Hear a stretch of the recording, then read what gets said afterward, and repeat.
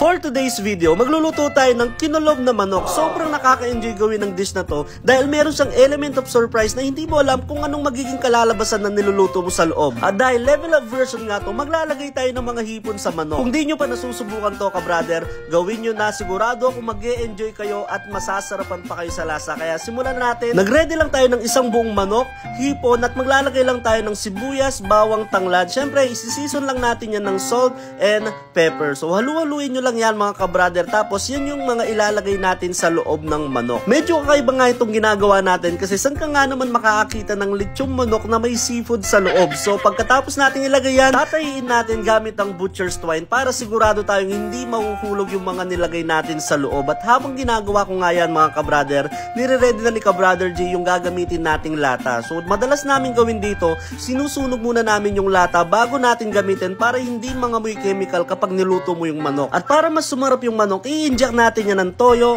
liquid seasoning, kalamansi, at asukal. Bali, ang gagamitin pala natin pang-inject ay nabili lang natin yan sa Shopee. Sa mga gustong umorder, ilalagay ko yung link sa comment section. Mura lang yan mga ka-brother. Sobrang ganda nga niyan kasi kung nagmamadali ka at wala kang oras mag-marinate, pwede mo nang i-inject yung pampalasa diretso sa laman. Bali, in-inject lang pala natin yung lahat ng parte para sigurado tayong pasok na pasok yung lasa sa ating lulutuin. At dahil ready na nga yung latang gagamitin natin, si ka-brother Jake ni-ready na rin yung kawayan kung saan natin ipapatong yung manok. Bali, naglagay nga pala kami ng aluminum tray sa baba para if ever na mahulog yung manok, hindi siya masasayang. Tansyahin nyo na lang din yung kawayan na gagamitin nyo na saktong-sakto lang dun sa latang gagamitin natin. Bali, ganito ang magiging itsura niya mga ka-brother. Ayan, so tatakpan na natin yan, magsisimula na tayong magluto. Kadalasan namin ginagamit dyan is mga tuyong dahon lang, pero dahil non-stop ang ulan, basa lahat ng dahon sa paligid. So gumamit na lang kami ng mga kahoy at sinimulan naming sindihan yan. Medyo kinakabahan nga kami sa kalalabasan nito dahil feeling namin masyadong naparami yung kahoy na nilagay natin sa ating kinulob na manok. Sobrang lakas nga niyan,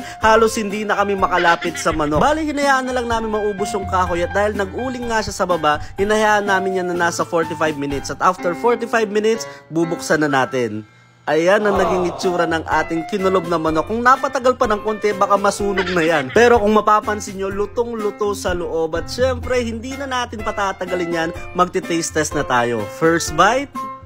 Yun, grabe. Sobrang sarap, juicy, smoky, dagdag mo pa yung lasa ng hipon na nilagay natin sa loob. Perfect na perfect yung combination mga ka-brother. Kanin na lang kulang. At syempre, titikman din yan ni ka-brother G. Ayan, kinuha nyo yung thigh part dyan. Grabe, sobrang juicy nito mga ka-brother. Kapag ginawa nyo to, sigurado akong hindi kayo mag-fail. Pero advice lang, medyo patagalin nyo siya para sigurado talagang lutong-luto sa loob. At kung umabot ka sa part ng video to ka-brother, paki-comment naman kung tagasan ka para alam namin kung saan umabot yung video. At sana nag-enjoy kayo sa episode natin ngayong araw mga ka-brother. Kung natakam ka, huwag mong kalimutang i-like, i-share yung video natin at paki-follow na rin yung ating Facebook page Ka-Brother Vlogs. Maraming salamat sa walang sawang support ang binibigay nyo sa Ka-Brother Vlogs. Sobrang appreciate namin kayo.